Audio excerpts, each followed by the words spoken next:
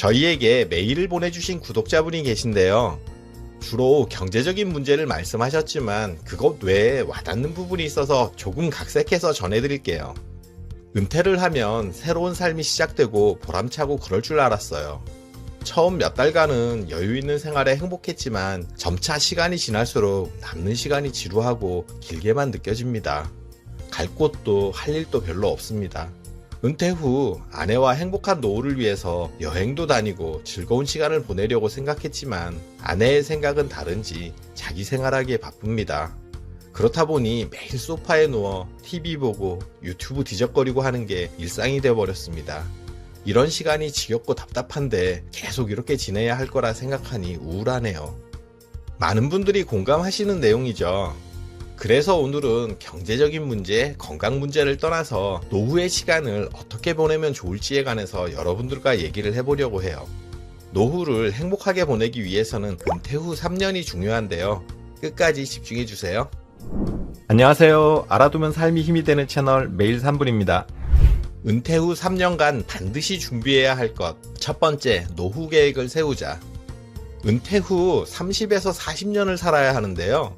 이 기간을 시간으로 따지면 25만에서 35만 시간이나 되는 어마어마한 시간이에요. 이 긴 시간을 소파에 누워 TV만 보면서 보낼 수는 없잖아요. 그래서 노후 할 일을 찾아야 하는데요. 이제 막 은퇴했는데 또 일을 하라고? 하고 생각하시는 분들이 있으실 텐데요. 꼭 그런 돈을 벌기 위한 일만을 얘기하는 건 아니에요. 하고 싶었던 일도 좋고요. 재미있는 즐길거리나 취미활동도 괜찮아요. 그런데 막상 내가 무엇을 좋아하는지, 무엇을 하고 싶은지, 또 무엇을 해야 즐거울지 모르는 분들이 의외로 많아요. 그래서 그걸 찾아야 한다는 거예요. 지금까지 살아오면서 즐거웠던 추억들을 더듬어 보시고 생각나는 대로 적어보세요. 행복했던 추억, 다시 가보고 싶은 여행, 정말 의미 있었던 시간들 등 이런 즐겁고 행복했던 기억들을 꺼내놓다 보면 내가 하고 싶은 일이 떠오를 수 있어요. 그리고 버킷리스트라고 하는 앞으로 남은 기간 하고 싶은 일들을 하나씩 생각나는 대로 적어보세요. 막연히 적지 마시고 60세에 할 일, 63세에 할 일, 72세에 할 일 이런 식으로 나이대별로 하고 싶은 일, 할 수 있는 일들을 적어보세요. 그냥 여행 이렇게 적는 게 아니라 65세에 동유럽 7개국을 2달 동안 여행하겠다 이런 식으로 구체적으로 적으실수록 좋아요. 작성했다고 이게 끝이 아니고요. 시간이 날 때마다 생각이 바뀌기 때문에 수정하고 업그레이드 해야 하고요. 그리고 가장 중요한 것은 반드시 실천을 해야 해요. 그래서 이것을 실천하기 위해 경제적인 문제나 건강적인 측면에서 준비할 부분이 있다면 은퇴 후 3년간 이 준비를 해야 하는 거죠. 은퇴 후 3년간 반드시 준비해야 할 것 두 번째, 혼자 시간을 보낼 준비를 하자. 나이 들수록 홀로서기야말로 나다운 삶을 멋지게 꾸려갈 수 있는 자유롭고 가장 중요한 힘이에요. 최근 범죄도시 3편이 개봉했는데 재밌어요.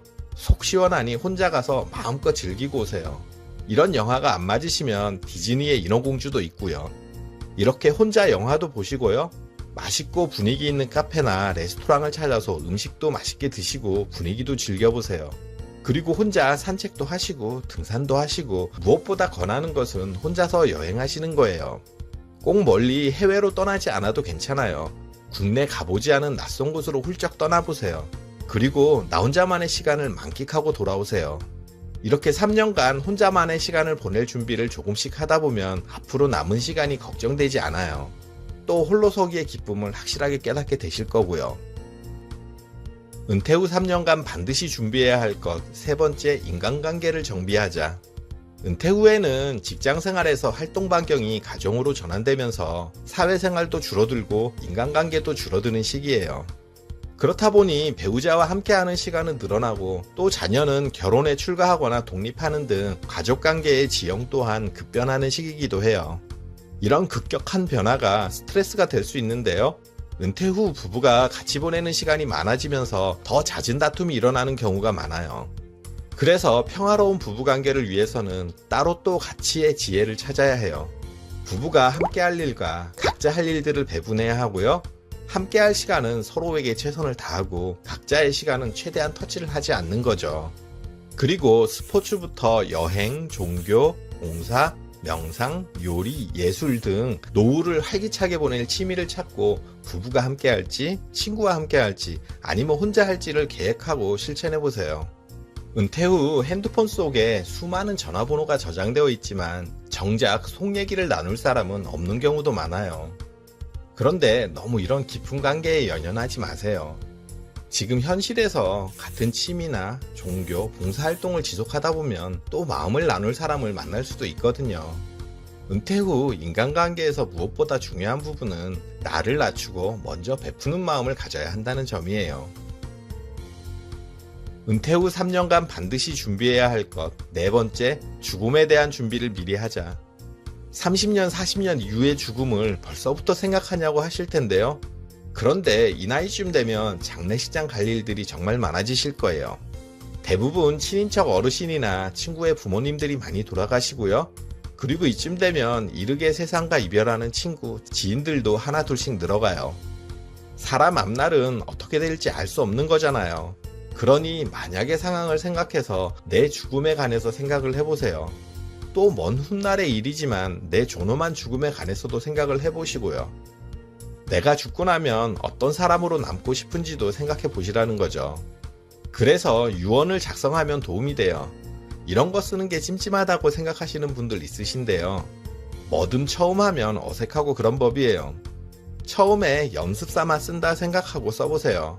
그리고 일정 기간마다 생각나는 것이 있으면 수정하고 고치고 하다 보면 정말 남기고픈 내용들을 유언으로 완성하는 날이 올 거예요. 유언이 꼭 상속에 관한 것만 쓰는 건 아니잖아요.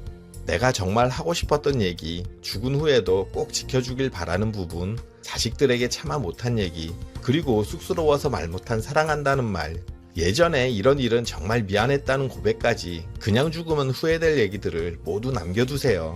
이렇게 남겨두시면 정말 후회 없고 편하게 떠날 수 있는 준비가 될 거예요. 지금까지 은퇴 후 3년 안에 준비해야 할 것들에 관해서 여러분들과 얘기를 나눠봤는데요. 이런 준비를 은퇴 초반에 미리 해두시면 노후가 좀 더 편안하고 풍요롭고 안심이 되실 거예요. 스톱워킹의 저자 다이앤 나흐리는 은퇴란 내가 하고 싶은 것을 마음껏 할 수 있는 것을 의미한다고 했어요. 여러분들의 노후가 그렇게 되길 응원할게요. 그리고 오늘 정보가 도움되셨다면 구독, 좋아요, 알림 설정 해주시고요. 더 유익한 영상으로 다시 찾아뵐게요. 저는 매일 3분 대표 큐레이터 송한결이었습니다. 감사합니다.